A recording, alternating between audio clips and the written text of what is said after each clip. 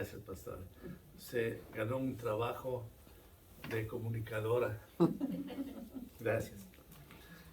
Quisiera hacer un breve paréntesis antes de empezar con la prédica para que todos estemos en la misma página.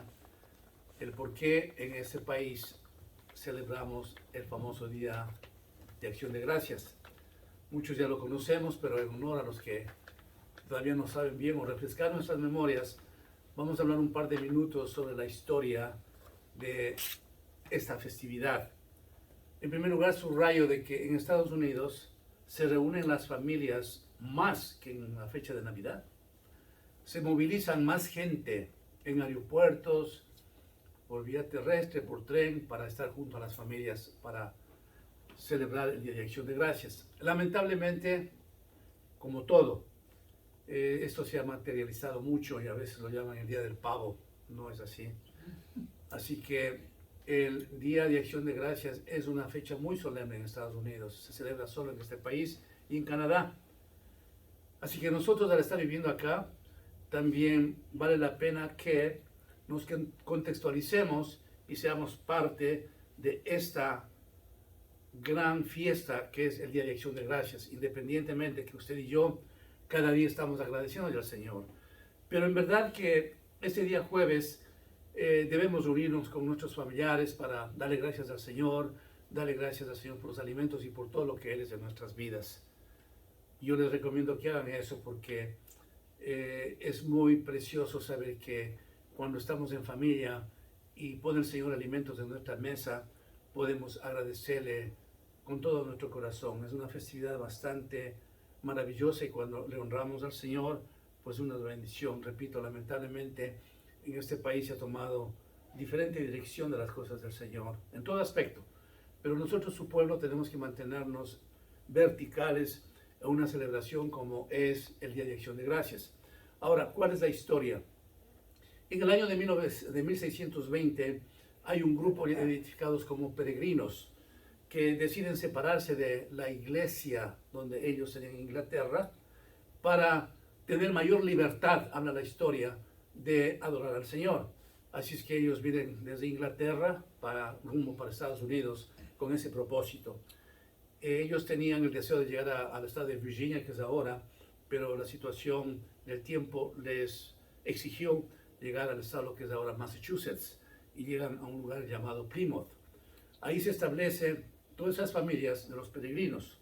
Por primera vez, la tierra de Estados Unidos recoge a inmigrantes. Los únicos americanos eran los nativos, pero por primera vez se abre las puertas para los inmigrantes.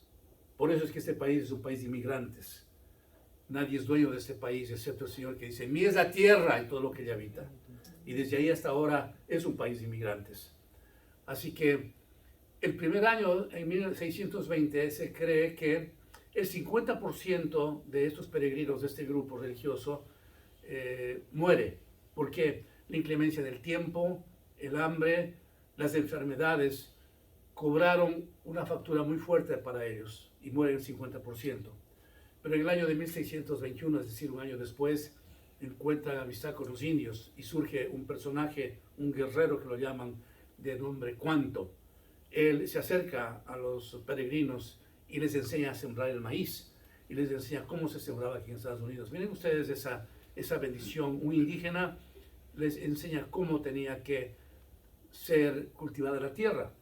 Así es que ellos en ese año tienen una cosecha pero maravillosa, como nunca antes lo habían tenido, y disfrutan de una manera maravillosa todo lo que Dios permite que surja, que haya la siembra y la cosecha en esa área. Entonces estaban regocijados, eran personas que amaban al Señor y dicen, no, tenemos que hacer una fiesta.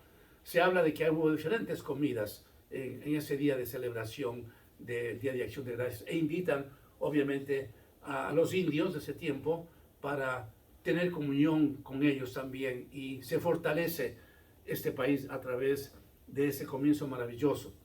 Así que en el año de 1789 el presidente George Washington emite una orden para que se celebre el Día de Acción de Gracias.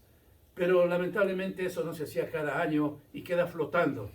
No así hasta cuando llega el año de 1863, el presidente Abraham Lincoln dice, hoy voy a poner un decreto ejecutivo, hoy se hace ley de que en Estados Unidos se celebre el Día de Acción de Gracias. Entonces, a partir de ese año, todos los años se viene celebrando el Día de Acción de Gracias.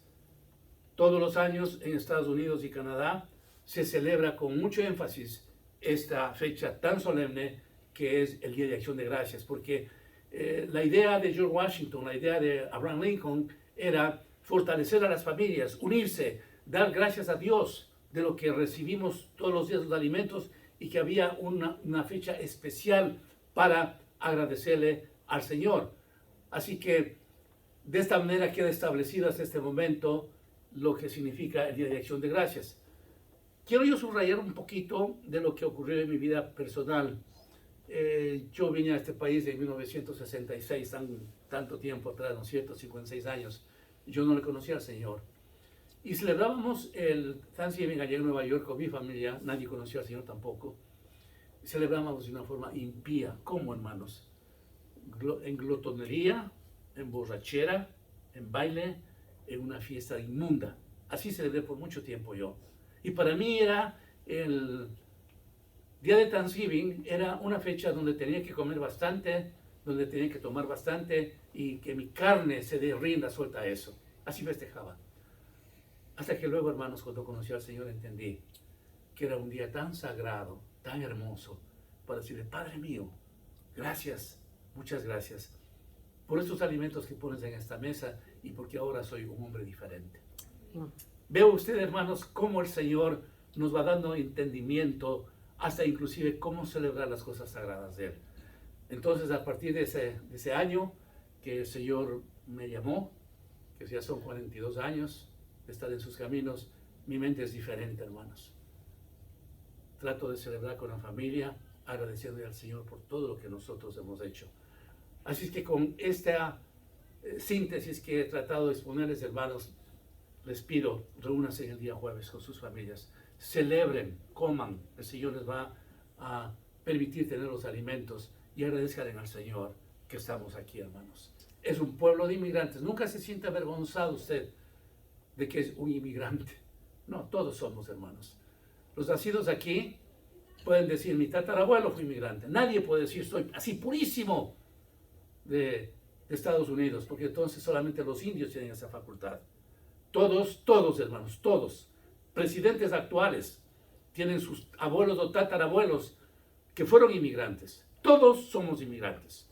Por eso es que yo quiero conducirse a mi familia, a mis hijos, a mis nietos, que la mayoría han nacido acá y los otros son ciudadanos americanos por naturalización, que entendamos las verdaderas raíces de nuestras familias para dar gracias a Dios. Nunca usted se sienta avergonzado si yo soy latino. Levante su mirada, levante su frente en alto, diga, sí, qué bueno que soy latino. Y cuando el Señor ya le regale el idioma, diga, qué bueno que yo sé dos idiomas, inglés y español, y si no, un tercero mucho mejor, porque este es un país de inmigrantes y nadie puede ponernos bajo el sol de la zapata de nadie, del zapato de nadie, porque somos hijos de Dios, lavados en la sangre de Cristo. Aleluya. Por eso estamos aquí, porque el Señor quiso, nos regaló esta oportunidad, venimos de diferentes países, crecemos, tenemos hijos, tenemos nietos, nueras, yernos que están nacidos en este país, pero nuestras raíces son maravillosas. El Señor permitió que vengamos acá. Y lo más importante es, como dice el apóstol San Pablo, que nuestra ciudadanía está, ¿en dónde? ¿En Venezuela? En Ecuador. No, nuestra ciudadanía está en los cielos, hermanos. Aleluya. Yo no tengo ninguna ciudadanía encarnada en mi corazón de aquí o del país donde yo nací, Ecuador.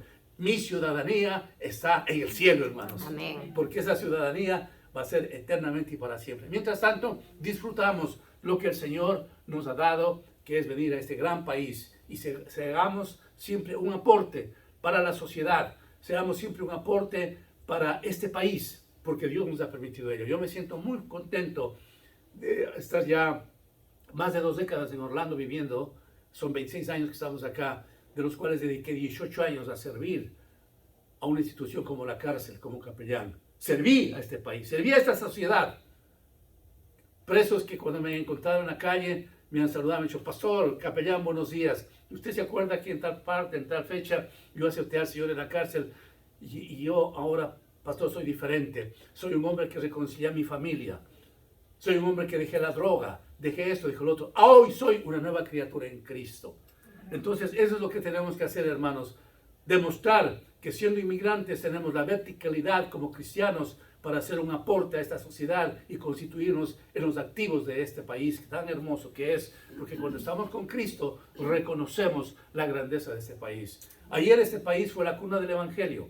Ayer este país fue un país que envió más misioneros al mundo entero que ningún otro país. Y pienso que sigue siendo. Y por eso Dios ha detenido su juicio a este país, porque el Señor tiene en cada estado un remanente que llamamos, que nos reunimos para darle gracias al Señor, que le honramos, que tememos de las cosas que el Señor nos ha dado. Esos son ustedes, hermanos amados.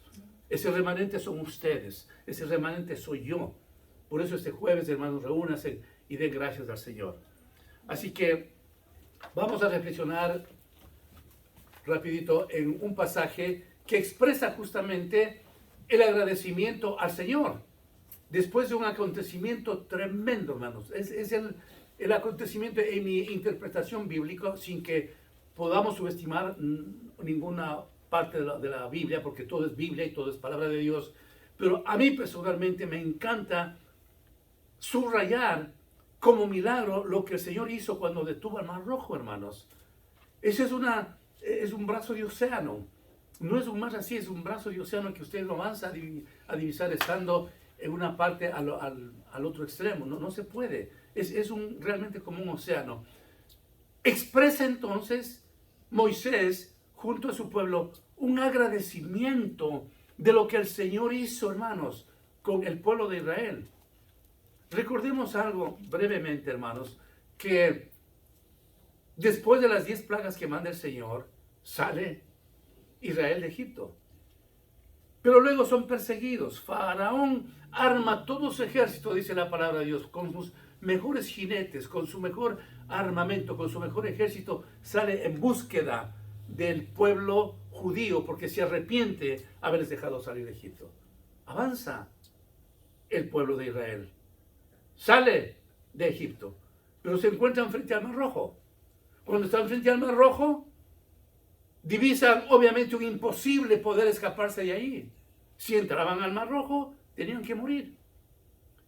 Cuando regresan a ver, había un ejército del faraón que venía prácticamente a matarles. Esa era la orden. Faraón constituyó y llevó el ejército más grande que él tenía. Por delante entonces había muerte para los israelitas, por atrás igual. ¿Qué hacer?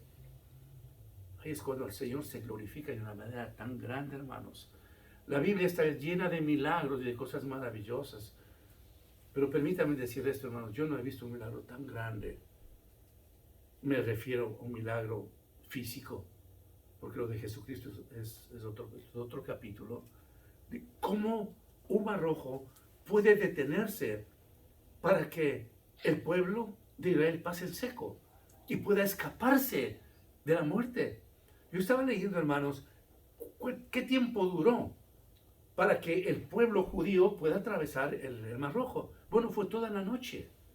Desde que ya amanecía, tuvieron ellos que caminar a prisa con sus niños, con su ganado, con todo, y caminaron toda la noche para pasar al otro lado, a la otra orilla del mar, porque, repito, es como un océano. Entonces Dios ejecuta un milagro increíble, un milagro que solamente Él como Dios podía hacer, sostener las aguas del Mar Rojo para que su pueblo pase en seco, hermanos. ¿Qué queda después de que se ve un poco de agua? Queda lodo. Entonces, ¿cómo podía pasar el pueblo? Imposible pasar sobre el lodo. Si llevaban carretas, si llevaban alimentos, si llevaban ganado, niños, ancianos. Imposible pasar.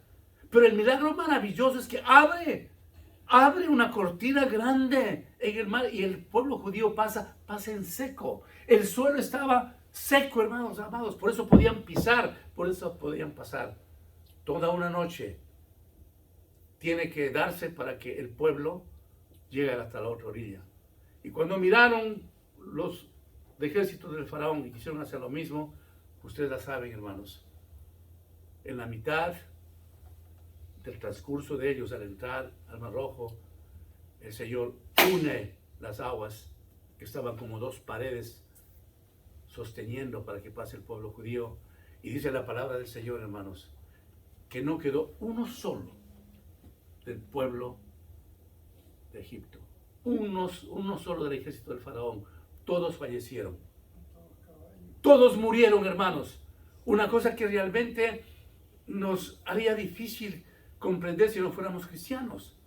Dice la palabra del Señor textualmente que no quedó un solo soldado, una sola persona viva. Se murieron todos. Y vieron la grandeza del Señor. Vieron el pueblo de Israel fue el testigo de ver una cosa maravillosa que nunca más se repetiría en la historia bíblica. Nunca más. Entonces mira eso Moisés, un hombre de Dios, y dice, no, es momento en que nosotros debemos dar gracias al Señor.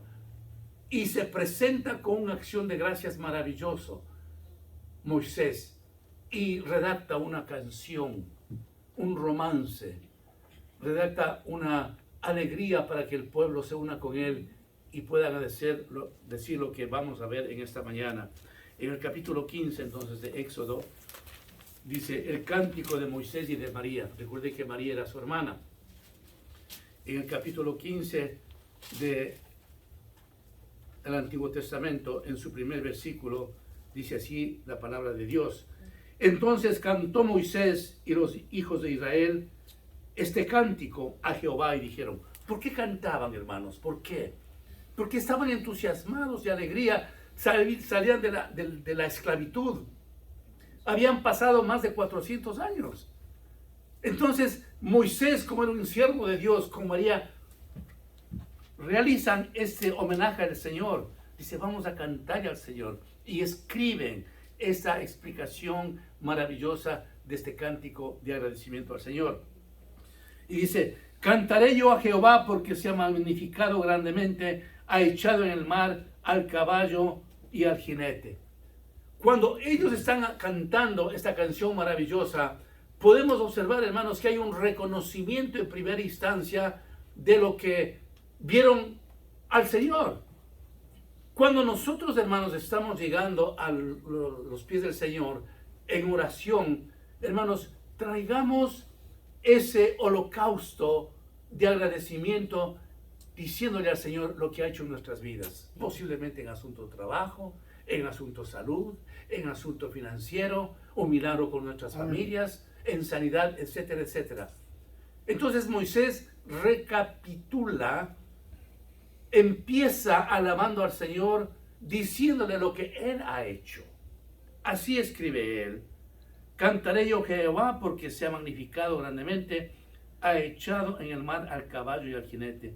Jehová es mi fortaleza y mi canción, y ha sido mi salvación. Este es mi Dios, y lo alabaré, Dios de mi Padre, y lo enalteceré. Está agradeciendo a Moisés de la fortaleza que él tuvo en esos momentos. En ese mismo instante, Moisés tuvo delante de sí mismo una cantidad de enemigos. ¿Por qué nos sacaste de Egipto?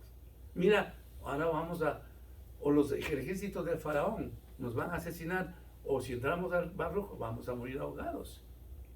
Pero Dios le da la fortaleza y está reconociendo este momento, Moisés, de la fortaleza que le dio el Señor en esos momentos difíciles, porque no podía decir, bueno, yo voy a regresar a algún lado a orar, a ayunar, voy a consultar a los ancianos de los judíos para ver qué vamos a hacer en esa situación. No, era un asunto de tomar una decisión ya. No podía detener la situación que estaba el pueblo israelita. Estaba contra la pared, estaban contra las cuerdas, iban a morir.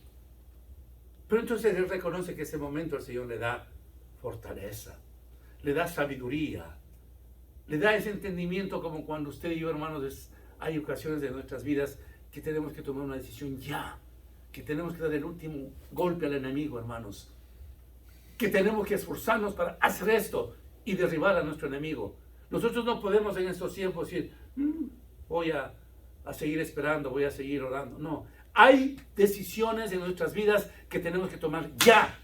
Señor, esto tengo que hacer. No podemos postergar. Moisés no podía postergar. Era una decisión de vida o muerte. Pero él reconoce, hermanos, que en ese instante Dios le da la fortaleza que necesitaba.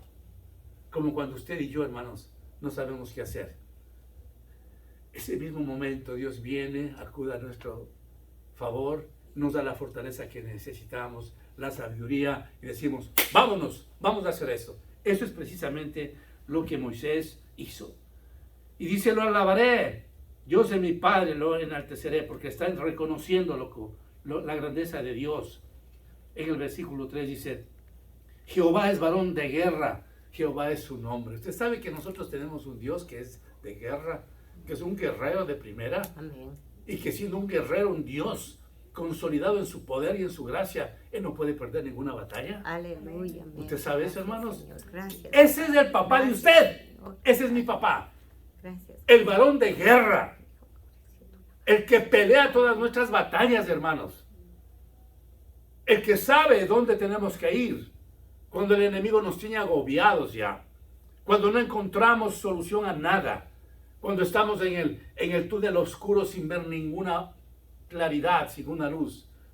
Surge un personaje maravilloso, hermanos. Jehová de los ejércitos. El guerrero de los guerreros. El que no puede, por ser Dios, perder una sola batalla en nuestras vidas. Porque nosotros estamos bajo la cobertura ya de Él. Aleluya. Porque nosotros estamos bajo la custodia de Él. Bajo la protección del Señor. Usted y yo no estamos solos. Es imposible, hermanos. Ese mar rojo que está delante de usted. Ese ejército del faraón que a veces se pone detrás de nuestras vidas que no sabemos hacer. Quiero decirle en esta mañana, hermanos, que Jehová de los ejércitos está con usted. El guerrero por todos los tiempos. Alabado sea. Que siendo Dios, está Él peleando toda batalla. Ese momento surge el Señor. En el momento más difícil de los judíos para decir, yo les ayudo. Yo separo el mar rojo. En el versículo 4 dice, echó en el mar los carros del faraón y su ejército, y sus capitanes escogidos fueron hundidos en el mar. Descendieron a las profundidades como piedras. Hay un reconocimiento del cántico de Moisés y de María, lo que ocurrió. Ellos miraron. Pero no tengo una cosa muy importante, hermanos. ¿Por qué al elaborar este cántico, esta poesía, Moisés redacta lo que ya se dio? Porque ya es historia. ¿Saben por qué, hermanos? Porque él quería adorar al Señor, agradecer al Señor y dejar una historia para todas las generaciones hasta que nosotros vayamos al cielo. Por eso él escribe y descifra lo que está ocurriendo, lo que ocurrió. Él fue el que destruyó al ejército del faraón. No es una anécdota, no es un pasaje que no se puede validar, no es una utopía, no es un cuento de hadas, es una realidad histórica bíblica que Moisés tuvo que pasarlo. Por eso él hace énfasis de cómo destruyó el Señor al ejército del faraón. Amados hermanos, ¿cómo le gusta al Señor cuando nosotros estamos atravesando algo muy difícil, hermanos? ¿Cómo le gusta al Señor que nosotros reconozcamos en lo que estamos pasando?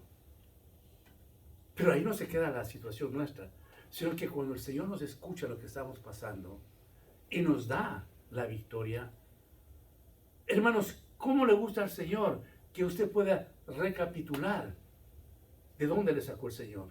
No para tormenta suya, sino para glorificar al Señor. Señor, gracias porque tú te acuerdas, me pasó esto, y mira dónde estoy. Como que parecería, Señor, que todo lo que me ocurría en mi vida se iba a desmoronar, se iba a terminar, se iba a acabar. Como que parecería, Señor, que lo que estaba yo viviendo ya no tenía ninguna esperanza. Entonces, cuando usted empieza a reflexionar en toda esa historia que pasó en su vida y reconoce la dádiva del Señor, ¿qué hace usted? Le ama más al Señor. La semana anterior hablamos de aquella mujer pecadora, ¿no es cierto? Cuando el Señor decía que al que se le perdona más ama al Señor una persona en esas condiciones. Nosotros tenemos, hermanos, que repasar la historia de nuestras vidas. Es bueno recordarnos, hermanos amados, por favor, cuando usted esté en prueba, en tribulación, que no sabe qué hacer, abra su álbum de fotos, algún video que tenga, y quédese un momento ahí mirando ese día de felicidad que usted tuvo, frente a lo que está pasando al momento, y diga: Señor, pero qué lindo que tú eres. Me regalaste todo esto. Hermanos amados, recopile sus fotografías. Hoy vivimos en una tecnología de primera. Produzca un DVD para que tenga de recuerdo, para que deje a sus hijos, a sus nietos. Yo los tengo, hermanos. ¿Cuántas veces yo he estado solo en casa, en cualquier prueba difícil? He puesto ese DVD, por ejemplo, cuando recopilo el matrimonio de mi esposa, mis niños muy pequeñitos y todo eso, y veo la gloria de Dios. Y digo: Señor, ¿y entonces ahora qué está pasando? Ah, pues sí, Señor, lo que tú vas a hacer es maravilloso. Ayer me diste esto, hoy estoy pasando esta prueba, pero tú me vas a levantar, Señor. Esa historia bíblica nos nutre de fortaleza, nos nutre de entusiasmo para no quedarnos, porque la vida cristiana no es estática, es dinámica. Y seguimos, hermanos, con la mirada al frente, con la mirada al cielo, porque entendemos en quién hemos creído, hermanos. Amén. Esa historia vale la pena recopilar, hermanos. Hágalo, por favor, si todavía no tiene. Si usted tiene ese álbum de fotos, bueno, produzca un video, produzca un DVD, mejor diría, porque el video ya está obsoleto.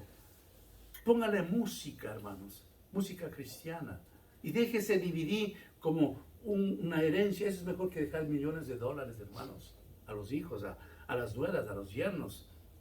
Deje esa herencia maravillosa, porque ese es un tesoro incomparable para darle gloria al Señor, para acordarnos de sus misericordias, hermanos. ¿Por qué? Porque tenemos la tendencia de olvidarnos las maravillas que el Señor ha hecho en nuestras vidas en el momento de la prueba. Estamos tan concentrados en lo que nos está ocurriendo en ese momento que nos olvidamos los años y las décadas que el Señor nos cuidó, nos protegió y nos proveyó. Y eso le encanta al enemigo, pues obviamente, de que usted y yo nos olvidemos de las grandes cosas que el Señor ha hecho en nuestras vidas. Pero cuando empezamos, hermanos, a mirar el pasado, la historia de nuestras vidas, en dónde estamos, esa paz que respiramos, hermanos, esa alegría que tenemos a pesar de él, decimos: gracias, Señor, que tú sigues trabajando en mí.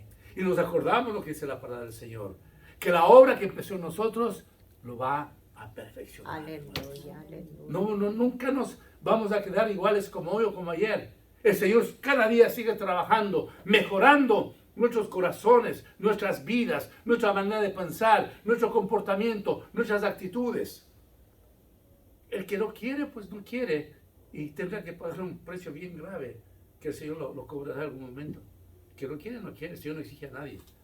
Pero los que estamos, hermanos, engendrados, encarnizados en las cosas del Señor, vamos sintiendo esa alegría, ese deseo de vivir, y vivimos con tanta paz que usted no le tiene miedo a la muerte, porque sabe perfectamente que la muerte para usted es una delicia. La muerte para usted es lo mejor, la muerte para mí es lo mejor. No quiero sonar muy romántico, hermanos, pero sí quiero decirle que eso me dice la palabra, hermanos. Lea Filipenses 1:23, póngase aquí o anote qué es lo que le dice. No voy a decirle lo que dice, léase lo que dice el apóstol San Pablo en Filipenses 1:23. Entonces, hermanos, esa acumulación de beneficios que nosotros recibimos permite entonces que estemos entusiasmados, estemos animados, que vengamos a la iglesia con deseo de servir al Señor. Mientras más estamos en la búsqueda del Señor, mientras más intimidad tenemos con el Señor, note una cosa especial que nos ocurre: más quiere buscar del Señor. más y más y más y más. El cristiano que se ha enfriado cada día está alejándose más y más y más y más y más y más, hasta que pierde la tónica, hasta que pierde el sabor de la gracia de Dios. Y esa persona está en un conflicto muy grande. Esa persona está en un conflicto bien serio. Todos tenemos que acordarnos la vida del hijo pródigo, la situación difícil que tuvo que pasar cuando dejó al Señor. Una vida bien severa. Yo no quiero, hermanos, que ninguno de nosotros estemos separados del Señor, porque el Señor, hermanos, cuando hace su juicio y su justicia que nos dice el Señor en su palabra, es bien duro. Es mejor, hermanos, que vivamos en paz, tranquilitos, aceptando las caricias del Señor, el amor del Señor, la provisión del Señor. Y los problemas que aún mantenemos en nuestro corazón, dejemos en manos del Señor para que Él haga lo que Él tiene que hacer. Concluyendo esta porción bíblica, solamente quiero leer los 6 versículos. Dice en el versículo 6, tu diestra, oh Jehová, ha sido magnificada en poder. Tu diestra, oh Jehová, ha quebrantado al enemigo. Aleluya, hermanos. El Señor es el que viene a pisotear al enemigo. Y no ahora. Él lo hizo en la cruz del Calvario. El Señor venció a la muerte. El Señor venció a la muerte. Por eso tenemos esperanza nosotros, amados hermanos. Él viene a pisotearle siempre al enemigo cuando el enemigo quiere tomar ventaja de nuestras vidas. Pero cuando estamos con Él, cuando estamos con comunicación con Él, cuando estamos nosotros encarnados en las cosas del Señor, tenemos, hermanos, esa alegría. Sí, Señor, ayúdame en lo que está pasando, Señor. Como decimos vulgarmente en español, tengo la cara para decir al Señor que me ayude. ¿Cómo puede un cristiano que está manchado en el pecado, que está sucio en el pecado, querer pedir tantos favores del Señor y no quiere retirarse de lo que hace lo malo? ¿Cómo puede tener esa bendición una persona? Nosotros cuando pecamos venimos a las cosas del Señor y nos dice el Señor siempre esto: vete y no peques más. Esa es la postura del Señor. No nos dice, vete y mañana te vuelvo a perdonar, vete y mañana te vuelvo a perdonar, vete y la próxima semana nos vemos para pedir, para escucharte qué es lo que has hecho. No, vete y no peques más. El Señor nos perdona, pero nos dice en estos tiempos, vete y no peques más.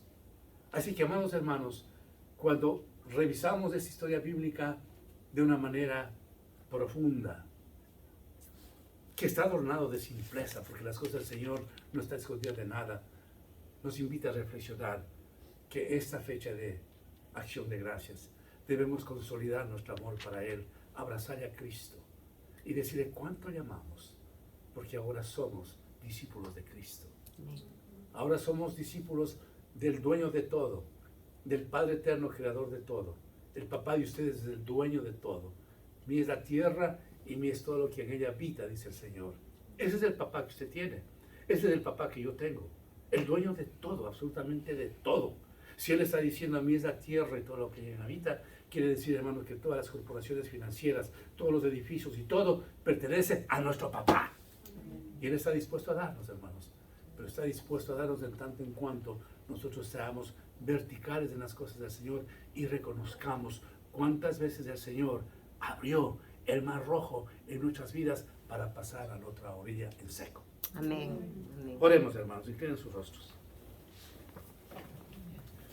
Padre bendito, tu palabra es maravillosa y tú eres grande y precioso, Señor. Tú eres el gran yo soy. Amén. Amén.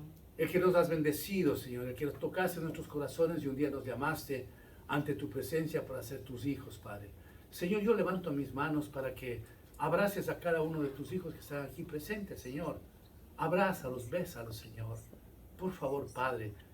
Y que ninguna situación adversa que estén pasando sea una carga que no les pueda dejar tranquilos, Señor. Padre mío, llévate toda carga de nuestras vidas en el nombre de Jesús, Señor. Y danos la libertad que queremos, porque deseamos agradecerte de todo lo que has hecho en nuestras vidas. Esa acción de gracias, sí, Señor, vamos a subrayar el día jueves, pero queremos agradecerte todos los días de nuestras vidas. Lo bueno, lo maravilloso, que tú has sido en nosotros, Señor. Te adoramos y te bendecimos en el nombre de Jesús. Amén.